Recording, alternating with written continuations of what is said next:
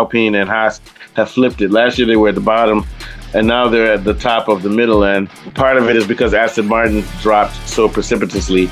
We want to take a look at what they did in Bahrain and how they were able to jump up. One of the main things is that with these new regs changes from moving away from ground effects, you don't need to have complex floors and super complex aerodynamics.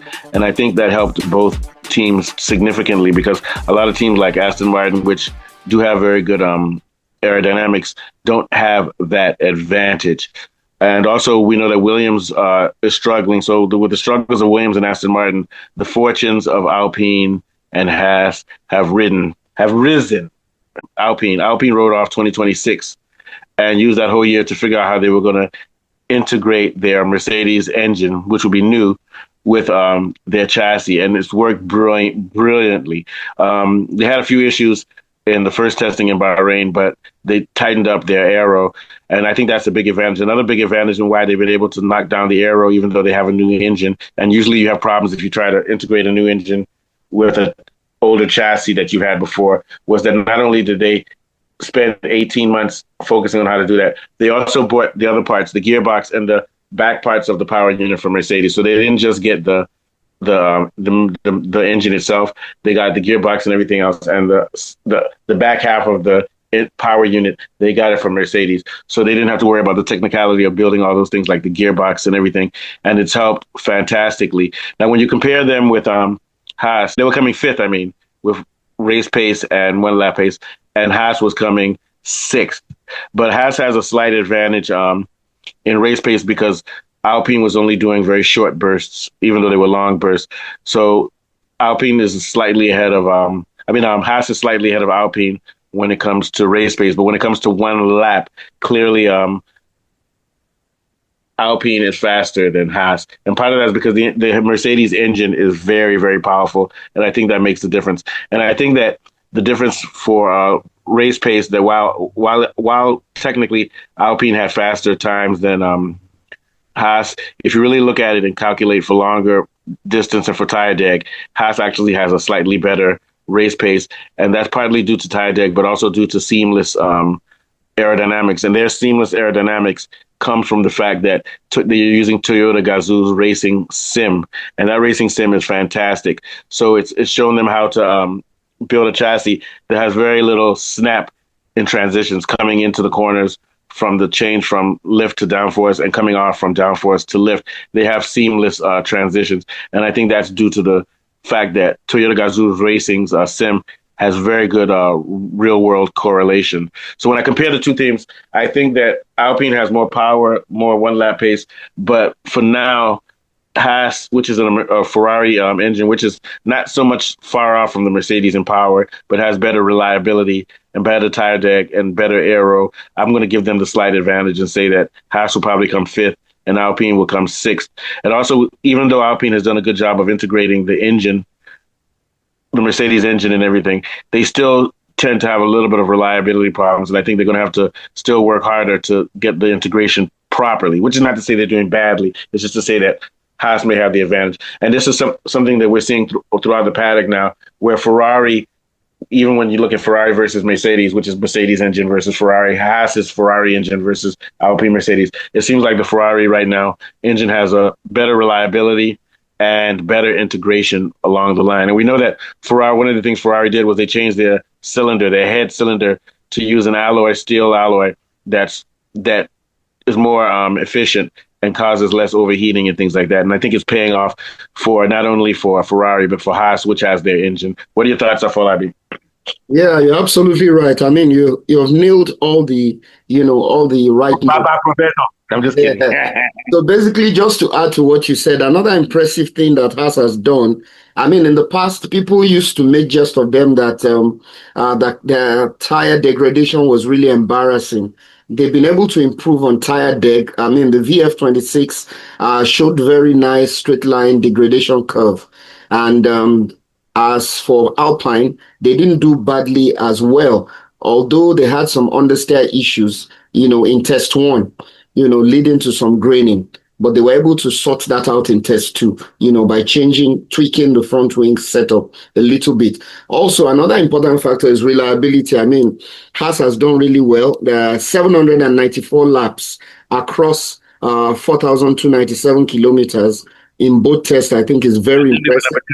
And they were second in the grid, just behind Mercedes. So that was really good. Alpine, on the other hand, they had some electronic issues and glitches in the test one and some cooling problems, but they were only able to hit 318 laps that week. They turned it around in test two as well, but their overall mileage fell short of Haas. So like you said, in terms of reliability here, I'll just stick Haas for now, finishing ahead of Alpine. And then one important thing too that I want to talk about is energy deployment, energy ERS deployment. This is huge for this season because of the regulation change with all the extra focus on electrical power. Alpine's Mercedes power unit has top-notch energy harvesting, and seems to be no. You took my point, man. There's go ahead. No battery drain on the main streets. While Haas's Ferrari engine unit also did very well out of the corners, but with a little bit of battery drain in the final 100 meters of the 1.1 kilometer straight. So I think they have done reasonably well, the two teams, to have moved from the back of the grid to the mid section of the grid. But I think overall, if you consider all these factors, I would pick Haas slightly ahead of Alpine. Yeah, and which is surprising because I think Alpine actually has more raw power and a higher ceiling. So I'm going to keep Haas, like you said, for two reasons. But let's first of all look at the fact that we know that Alpine has not fully gotten all of that Mercedes power. They've gotten a lot of it, all of that power, and they have potentially to have a lot of power. But the thing is that it's not going to be enough when you look at Haas, which has very good aerodynamics, and is not so far. I mean, they're almost equal one lap pace anyway. Yes. So that if Alpine, even though Haas may be clicking a little bit earlier than Alpine on the straights, I think their software, and this is something Ferrari's been doing well this year, the software is better for what's going to be important this year. Absolutely. Multiple laps and pacing out properly and reliability. So I'm going to go with you. In a world in which everything is maximized, I think Alpine would beat Haas, but I think given that Haas is more reliable, more measured in pace, and actually has better aerodynamics. And people don't realize when you have better aerodynamics, it increases fuel efficiency and also overall pace because now the deployment is going to be a lot better. So I'm going to give it to Haas too. So this is going to be very good to look at. But I want to also give a kudos to Alpine for riding off last year because they weren't going to come top five anyway. Or they might have come top five top six. Riding off last year and spending 18 months. They've been since 2004 winter. Since the winter of 2004, they've been working hard on the difficult job of having an engine that you've never incorporated with your chassis and getting it right. And also for buying, not just taking the engine, they took the gearbox and some other parts of the power unit that come with the power unit and integrating it. And also for working closely with Mercedes was working with them, giving them 3D renderings of how the engine should look and work, and using it in sim racing. So working very well with Mercedes. That was really good. So we're going to wish good luck to both teams.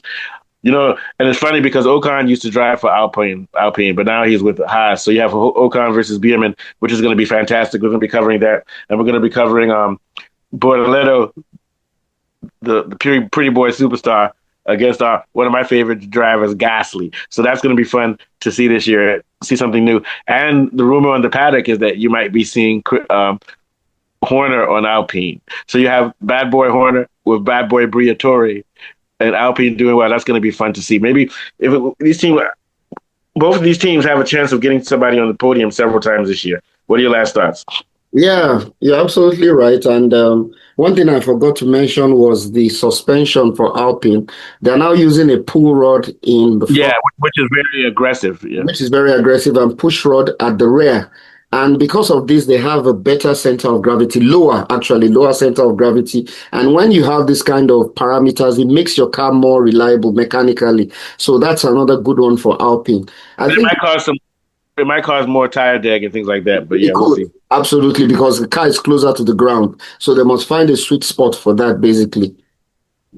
Yeah, but that's, I think they did the right thing because I think they're going for a lot of power on the corners and stuff like that. So that's their way of dealing with getting more downforce and everything. But we all know that, like anything else, downforce comes at a price because it's going to lead to slightly more drag. But we'll see. Yeah, we'll see. But either way, as we're criticizing these teams, these are just critiques relative. Both teams have done fantastic. All right, Afolabi, take us out. So it's been another brilliant show. We have been discussing how Alpine and Haas has come off leaps and bounds from the back of the grid into strengthening their positions in the midsection of the grid. And from Mustafa and myself, we'll be back again with another interesting Formula One story. Good. Nice one. Although today's one was like super